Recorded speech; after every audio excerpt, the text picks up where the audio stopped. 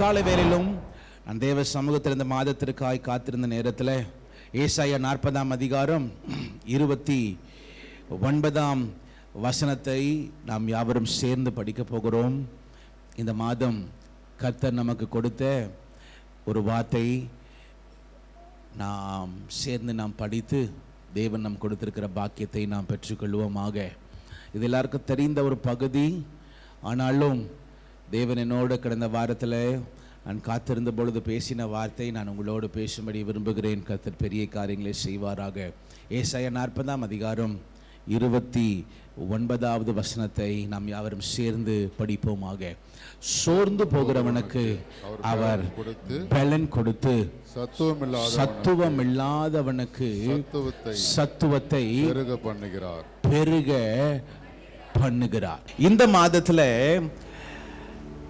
சத்துவத்தை பெருக பண்ணுகிறவர். யாருக்கு சத்துவத்தை பெருக பண்ணுகிறாராம்? வேதம் சொல்லுகிறது, சத்துவம் இல்லாதவர்களுக்கு ஆண்டவர் சத்துவத்தை பெருக பண்ணுகிறார்.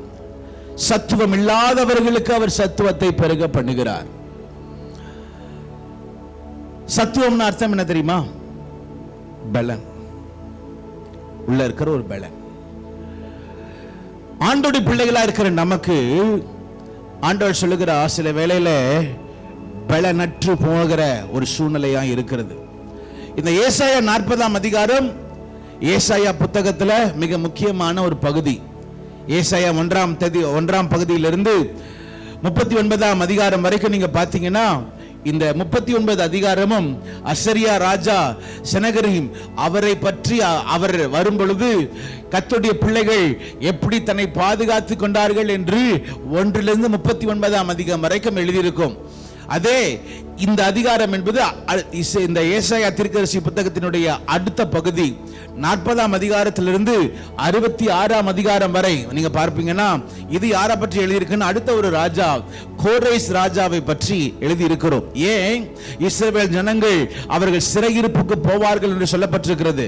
சிறையிருப்புக்கு போன பிறகு தேவன் அவர்களை மீண்டும் ரட்சித்து மீண்டும் கர்த்தர் வைத்த ஸ்தானத்திற்கு வருவார்கள் என்று கர்த்தர் ஏசாயா தீர்க்கதரிசியின் மூலமாய் சொல்லப்பட்ட பகுதியினுடைய ஆரம்பமாய் இருக்கிறது இந்த ஏசாயா தீர்க்கதரிசியின் புத்தகம் 40ஆம் அதிகாரம். இந்த ஏசாயா தீர்க்கதரிசி 40ல பாத்தீங்கன்னா, தேவன் 5 காரியங்களை தேவனுடைய ஜனங்களுக்கு அவர் சொல்லுகிறார். என்ன தெரியுமா சொல்லுவார்? 40 அதிகாரம் 2ஆம் வசனம் சொல்லப்பட்டிருக்கிறது, போர் முடிந்தது. சத்தமா சொல்லுங்க பார்க்கலாம், என்ன முடிந்தது? போர் முடிந்தது. இன்னொரு முறை சொல்லுங்க பார்க்கலாம், போர் முடிந்தது. 40ஆம் அதிகாரம் 2ஆம் வசனம் சொல்லப்பட்டிருக்கிறது, போர் முடிந்தது என்று ஆண்டவர் சொல்லுவார். அப்புறம் 5வது வசனத்துல பாத்தீங்கன்னா கர்த்தர் சொல்லுவார், கர்த்தரின் மகிமை வெளியரங்கமாக்கப்பட்டது. 5ஆம் வசனம் சொல்லப்பட்டிருக்கிறது, கர்த்தருடைய மகிமை வெளியரங்கமாகும் என்று தேவன் சொல்லுகிறார். 10வது வசனத்தை பாத்தீங்கன்னா, கர்த்தராகிய ஆண்டவர் பராக்கிரமசாலியாய் வருவார், அவர் பராக்கிரமசாலியாய் வருவார் என்று 3வது இந்த அதிகாரத்தில் எழுதப்பட்டிருக்கும். 4வது இதே அதிகாரத்தினுடைய 29ஆம் வசனத்தை பற்றி பார்த்தீங்கன்னா, இப்ப படித்த காரியங்கள், சோர்ந்து போகிறவனுக்கு அவர் பலன் தந்து சத்துவம் இல்லாதவனுக்கு அவர் என்ன பண்ணுகிறாராம்? சத்துவத்தை அவர் பெருக பண்ணுகிறார் என்று எழுதப்பட்டிருக்கிறது. கடைசியா இதே அதிகாரத்தில் பார்த்தீங்கன்னா 31ஆம் வசனத்துல, கழுகுகளை போல சட்டைகளை அடித்து அவர்கள் என்ன பண்ணுவார்கள்? எழும்புவார்கள் என்ற 5 காரியத்தை இந்த அதிகாரத்தில் நாம் பார்க்க முடியும். ஆண்டவர் மீண்டும் வலியுறுத்துறது காரணம் என்னன்னா, கர்த்தருடைய பிள்ளைகள் அவர்கள் சட்டைகளை அடித்து அவர்கள் உயர எழும்புவார்கள். இதுல 4வது காரியம் அது என்னன்னா, இன்னைக்கு நான் உங்களோட பேசுறது, சோர்ந்து போகிறவனுக்கு அவர் பலன் தந்து சத்துவம் இல்லாதவனுக்கு அவர் என்ன தருகிறாரா? சத்துவத்தை தருகிறார். நமக்கெல்லாம் இப்ப இந்த நாட்கள்ல பலவீனம் வந்துச்சுன்னா ஹாஸ்பிட்டலுக்கு போறோம், அந்த ட்ரீட்மெண்ட் எடுக்கிறோம், இந்த ட்ரீட்மெண்ட் எடுக்கிறோம், இல்லைனா இந்த ஜூஸை கலந்து குடி, இந்த சப்ளிமெண்ட் சாப்பிடு அப்படிலாம் நம்ம சொல்றாங்க. இதெல்லாம் சரீரத்தை பலப்படுத்துகிறதா இருக்கிறது. ஆனால் இங்கே ஆண்டவர் சரீர பலத்தை பற்றி எழுதல, உள்ளான மனுஷன்ல ஒரு பலன் கர்த்தர் எதிர்பார்க்கிறார். ஒரு ஆமீன் சொல்லுங்க பார்க்கலாம். நீ உயர எழும்ப வேண்டும். நீ போக வேண்டிய ஸ்தானம் வேற, நீ இருக்க வேண்டிய ஸ்தானம் வேற. நீங்க மாத்திரமில்ல, உங்க சந்ததி இருக்க வேண்டிய ஸ்தானம் வேற. அதை செய்யணும்னா உள்ளான ஒரு சத்துவம் நமக்கு தேவை. நம்புறவங்க நல்ல கையை உயர்த்தி ரெண்டு முறை ஆமேன் ஆமேன்னு சொல்லுங்க பார்க்கலாம். ஹல்லேலூயா. சத்துவத்தை பெருக பண்ணுகிற ஆண்டவர், சத்துவத்தை பெருக பண்ணுகிற ஆண்டவர். ஒரு 5 காரியத்தை கொஞ்ச நேரத்தை நான் சொல்லும்படி விரும்புகிறேன். ஏன் கர்த்தருடைய பிள்ளைகள் வாழ்க்கையில சத்துவம் இல்லாமல் ஒரு வாழ்க்கை வாழ்ந்து கொண்டிருக்கிறோம்? Why there is no strength inside the people of God? ஆண்டவர் இருக்கிறார், ஆண்டவருடைய வாக்குத்தத்தங்கள் இருக்கிறது, ஆண்டவருடைய கிருபைகள் இருக்கிறது. ஆயினும் கர்த்தருடைய பிள்ளைகள் வாழ்க்கையில ஏன் சத்துவம் இல்லை? ஏன் பலவீனமாய் இருக்கிறது? ஏன் நாம் அப்பப்ப நம்ம சோர்ந்து போய் விடுகிறோம்? ஏன் அடிக்கடி நாம் தேவ சமூகத்தில் இருக்க வேண்டிய நாம, தேவ பாக்கியத்தை பெற வேண்டிய நாம நம்மால் ஏன் எழும்ப முடியவில்லை என்று 5 காரியத்தை அவர் கொடுத்து, அந்த 5 காரியத்தினுடைய அதை எப்படி நாம் சரி செய்யணும் என்று தேவன் இதே 40ஆம் அதிகாரத்தில் எழுதியிருக்கிறார். முதலாவது காரியம், ஏன் கர்த்தருடைய பிள்ளைகள் வாழ்க்கையில ஏன் சத்துவம் இல்லை? அதே 29ஆம் வசனம், அதே 40ஆம் அதிகாரம் 29ஆம் வசனம் படிங்க பார்க்கலாம். சோர்ந்து போகிறவனுக்கு அவர் பலன் கொடுத்து. முதலாவது காரியம், ஏன் கர்த்தருடைய பிள்ளைகள் வாழ்க்கையில சத்துவம் இல்லை தெரியுமா? சத்தமா சொல்லுங்க பார்க்கலாம். சோர்வு. எங்கேயோ ஒரு இடத்துல சோர்வு அடைந்துரும். நம்மளால நிற்க முடியல. சில வேளையில நமக்கு சில காரியங்களை யோசிக்கும் பொழுது நமக்கு சோர்ந்து போயிடும். இனி எப்படா இதை நடத்த முடியும்? குறிப்பாய் பண தேவைகள். இந்த மாதத்தில் பண தேவைகள் நமக்கு அதிகம் உண்டு. பொருளாதார காரியங்கள் நமக்கு அதிகம் உண்டு. எப்படி ஸ்கூல் ஃபீஸ் கட்ட போகிறோம், எப்படி காலேஜ் ஃபீஸ் கட்ட போகிறோம் என்று நாம் அநேகர் இதயத்தில் அங்கலாய்த்து இருக்கிற நேரம் நமக்கு அதிகம் உண்டு. நான் இல்லைன்னா சொல்லலை. ஆனாலும் இப்படிப்பட்ட காரியங்கள் நாம் யோசிக்கும் பொழுது நம்முடைய இருதயத்தில் ஒரு மிகப்பெரிய ஒரு சோர்வு இருக்கிறது. அது மாத்திரமல்ல, சிலருடைய வாழ்க்கையில் ஏமாற்றங்கள் மிக அதிகமாக இருக்கிறது. நீங்கள் நம்பின காரியங்கள் அது நடைபெறாமல் போகிறது. அதை தான் எழுதுகிறார். இப்படிலாம் யோசிச்சு கர்த்தருடைய பிள்ளைகள் வாழ்க்கையில் என்னன்னா சோர்ந்து போகிற ஒரு நிலைமை. நான் அடிக்கடி இந்த கடைசி நாட்களில் ஒரு காரியத்தை நான் ரொம்ப அதிகமாக யோசிப்பது உண்டு. யாருன்னா நோவாவை பற்றி அதிகமாக நான் யோசிப்பது உண்டு. கடைசி நாட்களிலே நோவாவின் நாட்களிலே நடந்தது போல, நோவாவின் நாட்களிலே நடந்தது போல இந்த கடைசி நாட்களிலே நடக்கும் என்று எழுதப்பட்டிருக்கிறது. நோவாவுக்கும் இதே போல தான் இருந்தது. ஆனால் சொல்லப்போனால் நம்மளை விட நோவாவின் நாட்களில் மிக கொடூரமான காரியங்கள்லாம் நடந்துச்சான். மிக கொடூரமான காரியங்கள்லாம் நடந்துச்சு. தேவபுத்திரர்கள் மனுஷகுமாரத்திகள் மேல் விருப்பம் கொண்டு, வேதம் சொல்லப்பட்டிருக்கிறது, ராட்சசர்கள்லாம் இருந்தாங்களாம் அந்நாட்களில். ராட்சசர்கள்லாம் இருந்து அந்நாட்களில் மிக கொடூரமான நாட்கள் நோவா இருந்த நாட்களில். நமக்கெல்லாம் பெண் கொடுத்தார்கள், குடித்தார்கள், வரித்தார்கள், இப்படிலாம் நம்ம படிக்கிறோம். ஆனால் சில கொஞ்சம் உள்ளுக்குள்ளே கொஞ்சம் ஆழமாக போனால் ஒருவனும் கர்த்தருடைய வார்த்தையை நம்பவே இல்லை. ஆனால் நோவா மாத்திரம் பைபிளில் போட்டிருக்கு, கர்த்தருடைய கண்களிலே அவனுக்கு என்ன கிடைத்ததான்? சத்தமாக சொல்லுங்க, என்ன கிடைத்ததான்? கிருபை கிடைத்தது. வாழ்க்கையில் அவ்வளோ ஒரு சோர்வு இருந்தது. அப்படிப்பட்ட எதை எடுத்தாலுமே நடக்க மாட்டுது. ஆனாலும் ஏன்? ஓகே, அப்போ ஒரு மனுஷனுக்கு சோர்வு வருகிறது. உங்கள் வாழ்க்கையில், நம்முடைய வாழ்க்கையில் இந்த 5 மாதங்கள் சிலருடைய வாழ்க்கையில் நன்மைகளை பெற்றிருக்கலாம், சிலருடைய வாழ்க்கையில் நீங்கள் நன்மையை பெறாமல் இருக்கலாம். எந்த நிலைமையில் இருந்தாலும் சரி, இந்த காலை ஆராதனையில் இந்த 6வது மாதத்தில் கர்த்தர் கொடுத்துருக்கு. ஏன் தெரியுமா கொண்டு வந்திருக்கிறாரு?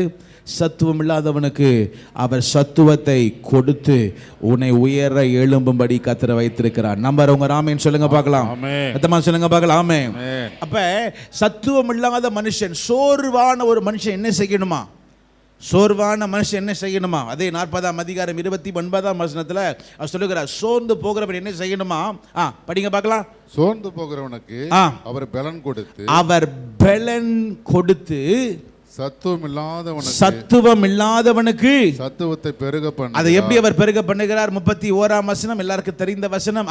கர்த்தருக்கு காத்திருக்கிறவர்களுக்கோ புது பலன் அடைந்து. ஆண்டவர் சொல்லுகிறார், உனக்கு ஒரு பலனை நான் தருகிறேன். சோர்ந்து போகிற இருக்கிற உனக்கு தான் நான் உனக்கு ஒரு பலனை தருகிறேன். இந்த பலன் இதுவரைக்கும் நீ கண்ட பலன் அல்ல, இனி நான் கொடுக்கிற ஒரு பலன் இது புது பலனா இருக்கிறது. ஹல்லேலூயா, ஹல்லேலூயா, ஹல்லேலூயா. இது உனக்கு ஒரு புது பலனா இருக்கிறது. இதுவரைக்கும் நடத்தி வந்த ஒரு பாதை இருக்கிறது, இதுவரைக்கும் கண்ட ஒரு காரியம் இருக்கிறது. கர்த்தர் சொல்லுகிறார், இது உனக்கு புது பலன். சோர்ந்து போயிருக்கிற உனக்கு தேவை புது பலன். ஆனா அந்த புது பலன் எப்ப கிடைக்குமா? பைபிள்ல போட்டிருக்கு, கர்த்தரிடத்துல காத்திருக்கிறவர்களுக்கு. கர்த்தருக்கு காத்திருக்கிறவர்களுக்கு. தேவ சமூகத்தில் போய் இந்த மாதத்தில், ஆண்டவரே எனக்கு பலவீனமாக இருக்கிறேன் என்று உங்களுக்கு தெரியும், நீங்கள் பலவீனமாக இருக்கிறேன்னு பிசாசுக்கு தெரியும், பலவீனமாக இருக்கிறேன்னு ஆண்டவருக்கும் தெரியும். அதே போல் நீங்கள் பலவீனமாக இருக்கிற நேரத்தில் உங்களை பலப்படுத்துகிற இயேசு ஒருவர் உண்டு. அதை தேவ சமூகத்தில் போய் காத்திருங்க, கர்த்தர் உனக்கு சத்துவத்தை பெருக பண்ணுவார். இரண்டாவது, ஏன் கர்த்தருடைய பிள்ளைகள் வாழ்க்கையில் ஒரு சத்துவம் இல்லை? அதே 40ஆம் அதிகாரம் 30ஆம் வசனத்தை படிக்கும்படி கேட்டுக்கொள்கிறேன். இளைஞர் இளைப்படைந்து சோர்ந்து போவார்கள், வாலிபரும் இடறி விழுவார்கள். வாலிபரும் இடறி விழுவார்கள். இரண்டாவது, ஏன் கர்த்தருடைய பிள்ளைகள் வாழ்க்கையில சத்துவம் இல்லை, ஏன் பலன் இல்லைன்னா இடறி விழுகிறார்கள். ஆங்கிலத்தில் ஃபாலன் ஸ்டேஜஸ். எல்லாருக்குமே இப்படிப்பட்ட நிலைமை நமக்கு தேவன் அனுமதிப்பார். உன்னை ஒரே ஸ்தானத்தில் கர்த்தர் வைப்பதில்லை. உயர்வான பாதையிலே உங்கள் வாழ்க்கை போகிறதில்லை. சில வேளையில் நாம் நம்புகிற இடத்துல, நம் நம்பாத இடத்துல, சில வேளையில் நமக்கு தேவன் நம்மை விழப்பண்ணுகிறார். சில வேளை நாமே சில தவறுகள் செய்து நாம் விழுந்து விடுகிறோம். இப்படிப்பட்டதான விழுந்த சில, போன வாரம் நான் ஒரு ஆளை பார்த்தேன். அப்போ அவர் சொல்கிறார், நான் படித்த படிப்பு வேறு, நான் வேலை செய்கிறது வேறு. நான் படித்த படிப்பு என்னை ஏமாற்றினது பாஸ்டர். ஆனாலும் கர்த்தரை நோக்கி இருக்கிறேன். கர்த்தர் எனக்கு, நான் போகிற பாதையில் எனக்கு ஒரு வழி திறந்திருக்கிறார், நான் வேலை செஞ்சு கொண்டிருக்கிறேன் பாஸ்டர்னு சொன்னார். சில வேளை நாம் எதிர்பார்த்த காரியங்களிலிருந்து நாம் விழுந்து விடுகிறோம். நீங்கள் நம்பின காரியங்கள் ஒரு வேளை உங்களை கைவிட்டு போயிருக்கலாம். நீங்கள் நம்பியிருக்கலாம், ஒரு வேளை இந்த திருமண காரியம் என் பையனுக்கு என் மகளுக்கு இது வாய்த்துரும், அவங்க 2 முறை பேசிட்டாங்க, 3 முறை பேசிட்டாங்க, இது முடிஞ்சிரும்னு நீங்கள் நினச்சிருக்கலாம். ஆனால் அந்த காரியம் உங்கள் கண்களிலிருந்து, உங்கள் கையிலிருந்து அது விழுந்திருக்கலாம். உங்கள் வேலை ஸ்தலத்தில் 4 ரவுண்ட் 5 ரவுண்ட் 6 ரவுண்டுன்னு போய் எப்படியாவது இந்த வேலை கிடச்சிரும் நீங்கள் நம்பியிருக்கலாம். ஆனால் அந்த வேலை காரியங்கள் விழுந்திருக்கலாம். ஒரு நாள் நீங்கள் மறந்துடக்கூடாது. இப்படி தான் ஒரு மனுஷன் இருந்தான், பைபிளில் போட்டிருக்க, அவனுக்கு 7 குமாரர்கள் 3 குமாரத்திகள் இருந்ததாம். அவனுக்கு 3000 ஒட்டகங்கள் இருந்தது, 7000 ஆடுகள் இருந்தது, 500 ஏறு மாடுகள் இருந்தது, 500 கழுதைகள் இருந்தது, திரளான பணிவிடைக்காரர்கள். அவன் வாழ்க்கை எல்லாம் நன்றாய் இருந்தது. ஒரு நாள் தன் கண்களிலே பார்த்த சகல காரியமும் விழுந்தது. யாரது? யோபு. அவன் கண்களில் பார்த்த சகல காரியமும் விழுந்தது. நம்முடைய வாழ்க்கையில் இந்த வீழ்ச்சி ஒரு வேளை நம்ம வரலாம். ஆனால் நீங்கள் மறந்துடவே கூடாது. மீகாவின் புத்தகம் 7ஆம் அதிகாரம் 8ஆம் வசனம். மீகாவின் புத்தகம் 7ஆம் அதிகாரம் 8ஆம் வசனம். சேர்ந்து சொல்லுங்க பார்க்கலாம், படிங்க பார்க்கலாம்.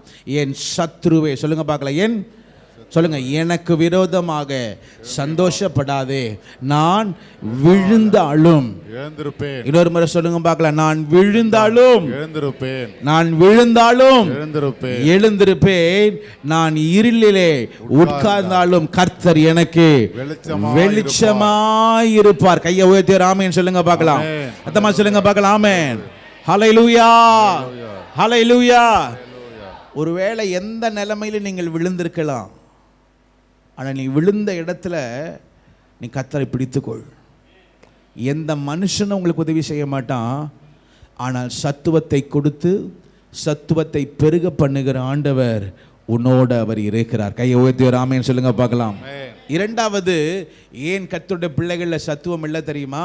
ஏன் இல்லைன்னா அவர்கள் இடறி விழுந்தார்கள் என்று சொல்லப்பட்டிருக்கிறது. மூன்றாவது, 40ஆம் அதிகாரம் 27வது வசனம். 40ஆம் அதிகாரம் 27ஆம் வசனத்தை நான் உங்களுக்காக படிக்கும்படி விரும்புகிறேன். யாக்கோபே, இஸ்ரவேலே, என் வழி கர்த்தருக்கு மறைவாயிற்று என்றும் என் நியாயம் என் தேவனிடத்தில் எட்டாமல் போகிறது என்று நீ சொல்வானேன். மூன்றாவது ஒரு காரியம் உண்டு. என்ன? எல்லாமே மறைந்து போயிடுச்சு. எல்லாமே மறைந்து போகிறது. ஒவ்வொருவரும் சில வழிகளை நாம் எடுக்கிறோம். நாம் நினைக்கிறோம் இந்த வழியில் போனால் நல்லதுன்னு. என்னை ஏன் கர்த்தர் மாற்றினார்னா, ஏதோ ஒரு காரியத்தை காண்பிக்கும்படியாய், அடுத்த நிலைமைக்கு போகும்படியாய் கர்த்தர் நமக்கு இந்த பாதையில் அனுமதிக்கிறார். ஆகவே தான் இஸ்ரவேல் ஜனங்கள், அதான் ஆண்டவர் சொல்லுகிறாரு, என் வழி மறைவாயிற்றோ என்று நினைக்கிறாயோ? நான் செஞ்ச காரியம் இப்படி தான் நடக்கும்னு நினச்சிட்டு இருக்கிறோம். இல்லை, தேவன் சில வேளையில் உன் வழியில் நம்மை நடத்த மாட்டார். அவர் வழியிலே நம்மை நடத்த அவர் வல்லவராக இருக்கிறார். ஒரு ஆமென் சொல்லுங்க பார்க்கலாம். சத்தமா சொல்லுங்க பார்க்கலாம். ஆமென். சத்தமா சொல்லுங்க பார்க்கலாம். ஆமென். அப்போதான் நீங்கள் புரிஞ்சுக்கணும், உங்கள் வழியில் நீங்கள் நினைத்த காரியங்கள் நடைபெறாமல் இருக்கிறது, நீங்கள் நம்பின காரியங்கள் வாழ்க்கை நடைபெறாமல் இருக்கல, உங்கள் வழி மறைவாக இருக்கிறது போல இருக்கல. அந்த நேரம் பைபிளில் போட்டிருக்கு. அது 40ஆம் அதிகாரம், அதே 40ஆம் அதிகாரம் 28வது வசனத்தினுடைய கடைசி பகுதி, 28வது வசனத்துடைய கடைசி வார்த்தை சேர்ந்து படிக்கலாமா? அவருடைய புத்தி, சத்தமா படிங்க பார்க்கலாம். அவருடைய புத்தி, அவருடைய புத்தி மூன்றாவது காரியங்கள் கதை சொல்லுகிறார். உன் வழி மறைவாயிருக்கிறது நீ யோசிக்காத. நீ கர்த்தரை பிடிச்சுக்கோ.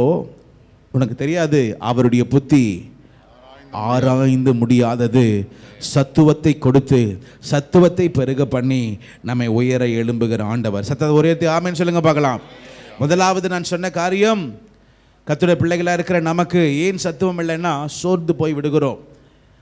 சோர்ந்து போகிற நேரம் என்ன பண்ணணுமா? தேவ சமூகத்தில் காத்திருக்கணும். இரண்டாவது நான் சொன்னேன், இடரல் அடைந்து விழுந்தார்கள். அந்த நேரத்தில் என்ன செய்யணுமா? விழுந்த நேரத்தில் கர்த்தர் என்னை எழுப்புவார் என்று அவரை பிடித்துக்கொள். மூன்றாவது நான் சொன்னேன், என் வழி மறைவாயிற்று, என் வழி மறைவாயிற்று என்று நீ சொல்லுகிற நேரத்தில் மறந்துடாதீங்க, நீ கர்த்தரை பிடித்து கொண்டு சொல்லு, ஆண்டவரே உம்முடைய புத்தி ஆராய்ந்து முடியாதது, உம்மால் செய்ய முடியாதது எதுவும் இல்லைன்னு கர்த்தரை பிடித்துக்கொள். நான்காவது, கர்த்தருடைய பிள்ளைகள் வாழ்க்கையில் ஏன் சோர்வுகள் வருகிறது? 40ஆம் அதிகாரம் 2வது வசனம். 40ஆம் அதிகாரம் 2வது வசனத்தில் ஒரு பகுதி எழுதப்பட்டிருக்கிறது. எருசலேமுடன் பட்சமாய் பேசி அதன் போர் முடிந்தது என்றும் அதன் அக்கிரமம் நிவர்த்தி ஆயிற்று என்றும் அது தன் சகல பாவங்களின் நிமித்தம். நான்காவது, ஏன் கர்த்தருடைய பிள்ளைகள் வாழ்க்கையில சோர்வு வருது தெரியுமா? ஏன் தெரியுமா? நம்ம செய்கிற பாவங்கள். அநேக முறை நீங்க பாவம் செஞ்ச உடனே உங்க இருதயத்தில் ஒரு மிகப்பெரிய ஒரு துக்கம் வரும். அது யாருக்கும் தெரியாது. அது யாருக்கு தான் தெரியும்? உங்களுக்கு தான் தெரியும். அது துணிகரமான பாவம் செஞ்சீங்கன்னு வைங்களேன், காத்தில்லாத ஒரு வண்டி ஓட்டுற மாதிரி உங்களுக்கே தெரியும், ஏதோ உங்களை விட்டுட்டு போன மாதிரி இருக்கும். தாவீது சொல்றார், என் அக்கிரமங்கள் என் தலைமேல் இருக்கிறது. இந்த அக்கிரமங்கள் என்னை நெருக்குகிறது. பைபிளில் ஒரு மனுஷன் இருக்கான். கர்த்தர் அவனை உயர்ந்த ஸ்தானத்தில் வைத்தார். அவனுக்கு இருக்கிற பலன் மிகவும் அருமையான பலன். ஒரு தாடை, ஒரு கழுதையின் தாடை எடுத்து அடித்தா அத்தனை பேரும் விழுந்துட்டாங்க. அவனுடைய பலன் மிகவும் பெரிய பலனாக இருந்தது. ஆனால் வேதம் சொல்லுகிறது, 16ஆம் அதிகாரம், நியாயாதிபதிகளின் புத்தகம் 16ஆம் அதிகாரம் 21வது வசனம் சொல்லப்பட்டிருக்கிறது. பெலிஸ்தியர் சிம்சோனை பிடித்து அவன் கண்களை பிடுங்கி அவனை காசாவுக்கு கொண்டு போய் அவனுக்கு 2 வெண்கல விலங்கு போட்டு சிறைச்சாலையிலே மாவரைத்து கொண்டிருக்க வைத்தார்கள். இது மிக முக்கியமான ஒரு வசனம். எல்லாருடைய வாழ்க்கையிலுமே இது நீங்க அறிய வேண்டிய ஒரு வசனம். ஒரு மனுஷன் பாவம் செஞ்சா அவனுக்கு நடக்கிற 5 காரியங்கள்னு அந்த ஒரே வசனத்தை நீங்க பார்க்க முடியும். பைபிளில் போட்டிருக்கு, பெலிஸ்தியர்கள் சிம்சோனை பிடித்து முதலாவது என்ன பண்ணாங்களாம்? உன் கண்களை பிடுங்கும். நீ பாவம் செய்யும் பொழுது உன் கண்கள் பிடுங்கப்படும், உன் பார்வை பிடுங்கப்படும். அடுத்தது பைபிளில் போட்டிருக்கு, அவனை சத்தமா சொல்லுங்க, நீ இருக்கிற இடத்துல அல்ல, உன்னை வேறு இடத்துக்கு உன் பாவம் உன்னை கொண்டு போய்விடும். வீட்டில் தான் இருப்பீங்க, திடீர்னு அந்த பாவம் என்ன வரும், என்ன பண்ணுவீங்க தெரியுமா? உங்கள் வீட்டை விட்டுட்டு எங்கே பாவம் என்னமோ அந்த இடத்துக்கு போவீங்க. ஆஃபீஸில் உட்காந்துருப்பீங்க, திடீர்னு ஒரு பாவம் என்ன வரும், அந்த இடத்த விட்டுட்டு நீங்கள் போயிடுவீங்க. காசாவுக்கு கொண்டு போயின்னு இருக்கு. 3வது பைபிளில் போட்டிருக்கு, அவனுக்கு 2 வெண்கல விலங்கு போடர். 3வது பைபிளில் போட்டிருக்கு, பாவம் ஒரு மனுஷனை பைபிளில் போட்டிருக்கு உன்னை பிடித்து கொள்ளும், உன்னை விலங்கு போட்டு உன்னை கட்டி வைத்து விடும். 4வது பைபிளில் போட்டிருக்கு, உன்னை எங்க தள்ளுமா? சத்தமா சொல்லுங்களேன், சிறைச்சாலையில உன்னை தள்ளும், சிறைச்சாலையில. 5வது, நீ கர்த்தருக்கு முன்பதாக நிற்க வேண்டிய மனுஷன், தேவனுக்கு முன்பதாக நிற்க வேண்டிய மனுஷன். பைபிளில் போட்டிருக்கு, அவன் என்ன அரைத்து கொண்டிருந்தானா? மாவரைத்து கொண்டிருந்தான். பாவத்தினுடைய கொடூரம் பயங்கரம், பாவத்தினுடைய கொடூரம். இந்த சிம்சோனுடைய வாழ்க்கையில பார்த்தீங்கன்னா, அவன் பண்ண பெரிய தவறு, அவன் பாவம் செய்துட்டான். அதுக்கு முந்தின வசனத்தை படிங்க, 20வது வசனத்தை படிக்கும்படி கேட்கிறேன். 20வது வசனம், அப்பொழுது அவள் சிம்சோன் பெலிஸ்தர் உன்மேல் வந்து விட்டார்கள் என்றால் அவன் நித்திரையை விட்டு விழித்து கர்த்தர் தன்னை விட்டு விலகினது அறியாமல். அதுதான் ஒரு மனுஷன் பாவம் செய்யும் பொழுது அவன் தன் வாழ்க்கையில ஒரு மிகப்பெரிய கொடூரம் என்னன்னா, எல்லாமே பார்க்கிறதுக்கு நல்லா இருக்கும், ஆனா யாரு போயிடுவா? கர்த்தர் தன்னை விட்டு போய்விடுவார். ஆண்டவர் தன்னை விட்டு போய்விடுவார். ஆண்டவர் தன்னை விட்டு போய்விடுவார். ஒரு மனுஷன் இந்த பாவத்துக்கு மட்டும் ரொம்ப கவனமா இருங்க. அதுவும் நான் இந்த நாட்களில் ஆண்டவருடைய வருகை எப்போ இருக்குமோ நமக்கு சொல்லவே முடியாது. அவருடைய வருகை மிக மிக மிக சமீபமாக இருக்கிறது. எப்போவுமே இருதயத்தில் அடிக்கடி நான் சொல்லுவது உண்டு, ஆண்டவரே நான் நீர் வரும் பொழுது உன்னுடைய வருகைக்கு நான் பாத்திரனா இருக்கணும். இந்த பஸ் மிஸ் பண்ண பார்க்கணும், ஒரு பக்கம் மனசில், ஆண்டவரே இதே போல் நீ வரும் பொழுது நம்ம மிஸ் பண்ணிடக்கூடாதப்பா, ஏதோ வேலை செஞ்சுட்டு இருந்தேன், நான் ட்ராவலில் இருக்கிறேன்னு சொல்லிட்டு நம்ம மிஸ் பண்ணிடக்கூடாது.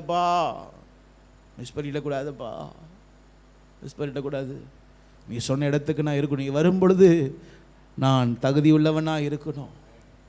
4வது சொல்லுகிறார், பாவங்கள் பெருகுகிறது. பாவத்தினால உன்னுடைய வாழ்க்கையில ஒரு மிகப்பெரிய சோர்வு. அப்ப என்ன செய்யணும்? அதே 40ஆம் அதிகாரம் 3வது வசனம், 40வது அதிகாரம் 3வது வசனம், ஏசாயா 40. படிக்க பார்க்கலாம். கர்த்தருக்கு வழியை, சத்தத்தை உயர்த்தி சொல்லுங்க பார்க்கலாம், கர்த்தருக்கு வழியை ஆயத்தப்படுத்துங்க. இன்னொரு முறை சொல்லுங்க பார்க்கலாம், கர்த்தருக்கு வழியை ஆயத்தப்படுத்துங்க. இதுவரைக்கும் நீ பாவத்துக்கு போகிற வழியை நீ தெரிந்து கொண்டாய். கர்த்தர் சொல்லுகிறார், நீ கர்த்தருக்கு வழியை ஆயத்தப்படுத்து, கர்த்தருக்கு வழியை ஆயத்தப்படுத்து. கர்த்தர் வர்றார். ஆஃப்டர் ஆல் ஒரு ராஜா, ஒரு மந்திரி, ஒரு முக்கியமான நபர் வர்றாங்கன்னா உடனே என்ன பண்ணிடுறாங்க? ரோடு போடுறாங்க, அதை இதை க்ளீன் பண்ணுறாங்க. அன்றைக்கி பெசன்ட் நகர் பகுதியில் நான் வந்துக்கிட்டு இருக்கிறேன், திடீர்னு போலீஸ்லாம் வந்து இப்படி போங்கலாம் சொன்னாங்க. என்னங்க இப்படி போங்கன்னு சொல்கிற? எட்டி பார்த்தா இல்லை, கவர்னர் வந்திருக்கிறாரு. அப்புறம் அந்த ரோட்டில் பார்த்தா ஒரு 15 வண்டி நிற்குது, கான்வாய் நிற்குது, அங்கே கவர்னர் இருக்கிறாரு. அந்த ரோட்லலாம் பார்த்தா அந்த ஒயிட் கலரில் இருக்குமே, ப்ளீச்சிங் பவுடர்லாம் போட்டு அவர் வர்றதுக்காக வழியெல்லாம் பண்ணாங்க. ஒரு ராஜா வர்றாரு, ஒரு முக்கியமான நபர் வர்றாங்கன்னா ரோடை என்ன பண்ணுறாங்க? சுத்தப்படுத்துகிறாங்க, ஆயத்தப்படுத்துகிறாங்க. கர்த்தர் உன் வாழ்க்கையில் அவர் வரணும்னா பைபிளில் போட்டிருக்கு, கர்த்தருக்கு வழியை என்ன பண்ணுங்கள்? கர்த்தருக்கு வழியை என்ன பண்ணுங்கள்? நீங்கள் ஆயத்தப்படுத்துங்கள்.